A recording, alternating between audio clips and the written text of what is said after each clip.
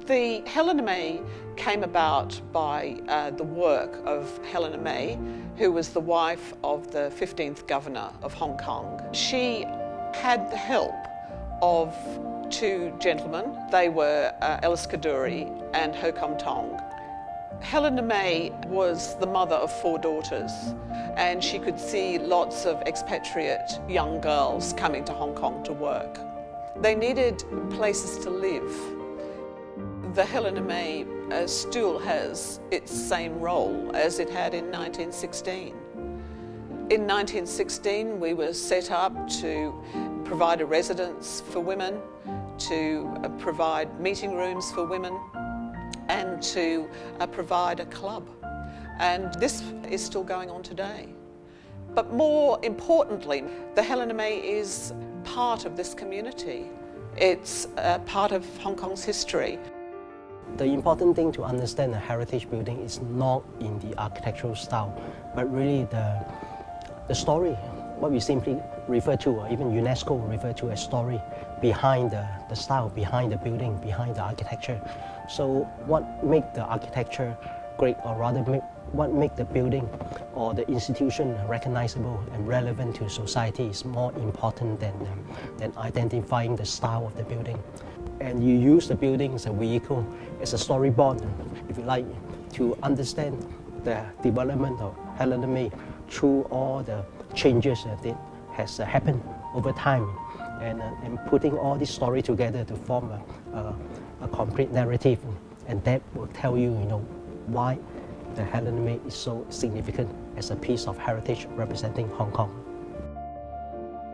I think the first feature that anybody notices coming in is the contrast between the very busy environment in the centre of Hong Kong and this gracious open area that's the main lounge. That's the first thing you see. The ceilings are high, you look out over the garden. That's a very pleasant feeling when you walk in. You automatically relax and your spirits lift. And this sense of walking into a building with history, almost a timeless feeling, spacious, elegant, quiet, and very welcoming. It has this amazing position in the city, being very close to the business district, but being a little bit separate, right next to the Peak Tram. So on the lower levels you can actually hear the tram departing and arriving every few minutes. I think that's wonderful. That's something that hasn't changed at all over 100 years. But also, for example, from the residents' point of view, when you come up the stairs to the residential level, you pass a bell that must have been placed there in the very beginning, a bell with a speaker tube. And of course in the early 20th century there was no telephone, certainly not in the individual rooms. So when one of the residents had a visitor, the member of staff would ring the bell to alert someone on the upper level and then speak into the tube to say, Miss Jones, your visitor is here. And I think the fact that the bell's been preserved is a reminder of our past and this fascinating history which we have. The Helena May has various great facilities that have grown up over the years. It's always had a library, but over the years the library has been moved into bigger and bigger premises. It's now a house downstairs next to our garden. A little known fact is that the Helena May is actually 2 buildings.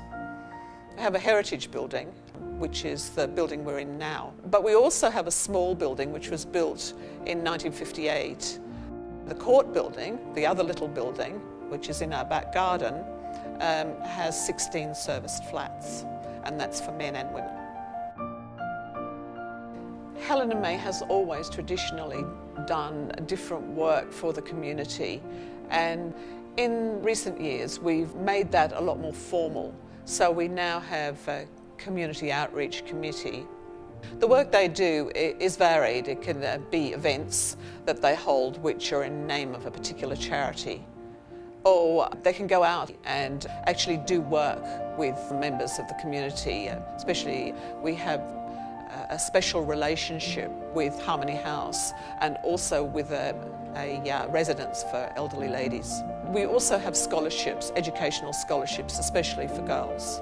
So I think through all of these different means of reaching out, we stay very relevant to the community. The aim of the Helena May is very much community oriented, but for women who come here to stay, whether it's short term or long term, the Helena May offers a place where they can establish some kind of a sense of home, even if it's very short term. They will meet people and have a sense of community, and I think that's very much what Lady Helena planned when she set this up. She wanted a place where women could feel at home and establish themselves in a new place. The sense of caring, the sense of heart, I think has always been here. It's always been a very supportive place for any woman visiting or any woman joining as a member. A sense of community where women can share and socialise. And the general peace and quiet of the building, the graciousness of it, is something that I think will endure.